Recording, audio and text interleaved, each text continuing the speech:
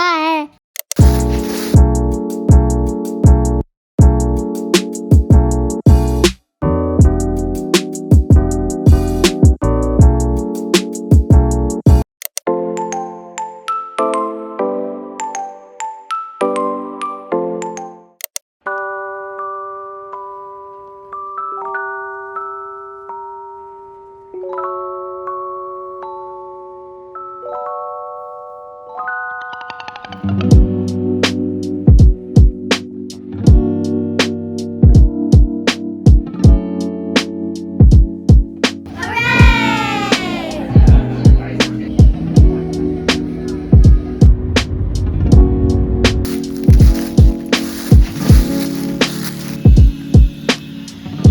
Today I got to work primarily with two very different boys, so how do you motivate them?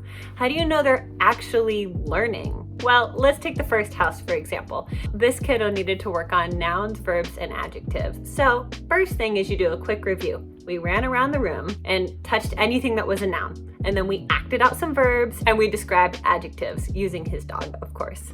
Now, after that, it was a competition game. So we got to spin the spinner and then see how many spaces we went. And of course, throughout the game, you have to say nouns, verbs, and adjectives in order to keep your spot. So he was extremely into it, and so was his cat, as you can see.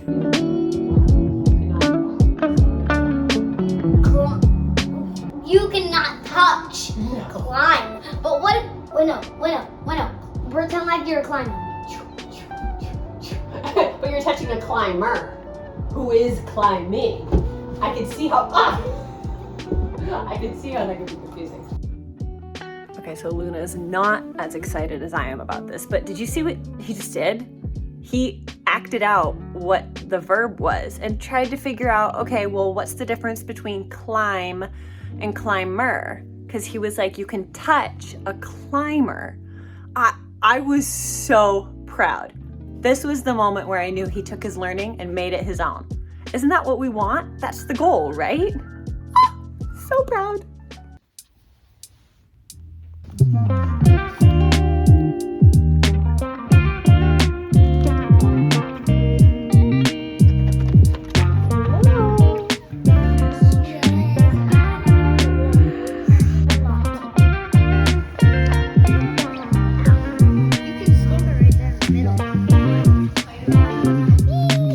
Whoa, this looks a little tricky.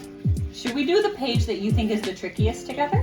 Yeah. Okay, here, let's start from the beginning then. My next kiddo is a second grader who's tons of fun. So how do you motivate a kid who is about to head on a vacation for a week and the teacher just handed him packets of worksheets?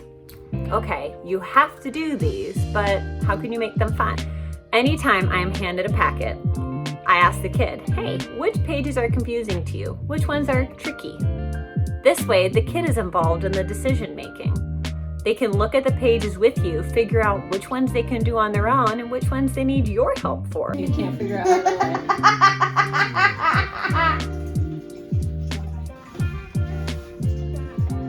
it. So for this kiddo, you're gonna see me use a stuffed animal as a motivator. We had to do the worksheets. That's okay. He chose one of the tricky ones for us to do. But how do you get a kid excited about doing a worksheet? How do you motivate a kid to learn who doesn't want to do worksheets? Well, you use a stuffed animal. I found a random stuffed animal in his room who decided to help us do the worksheets.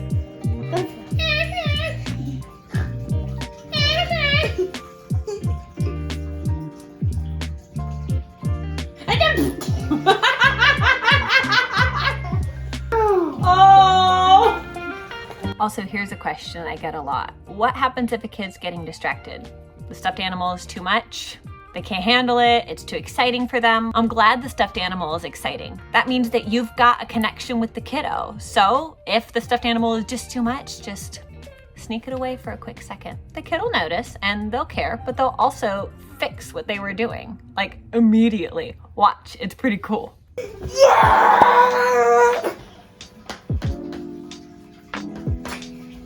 Alright. Do you want Mr. Monkey? He wasn't ready to learn, so he said, I'm ready now. Well, he'll let you know when he thinks Do you're ready. you have to Chong Bing Bong? Low.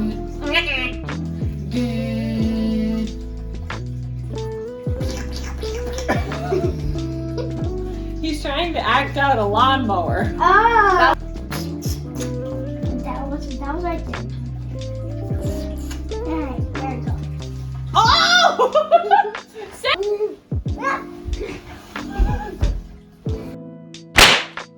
Hi. Okay, bye.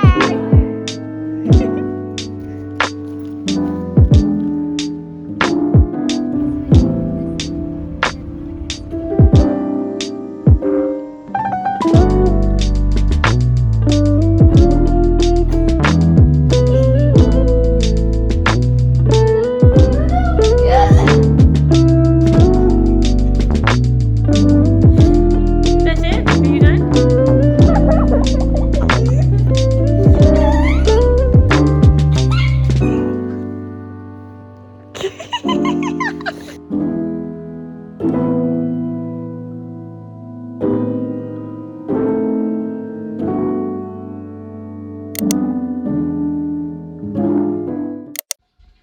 Is he whispering in your ear? What do you say? He said to give bananas to other monkeys that don't have bananas, and then he said to do a plus one. Okay, let's do it. Okay.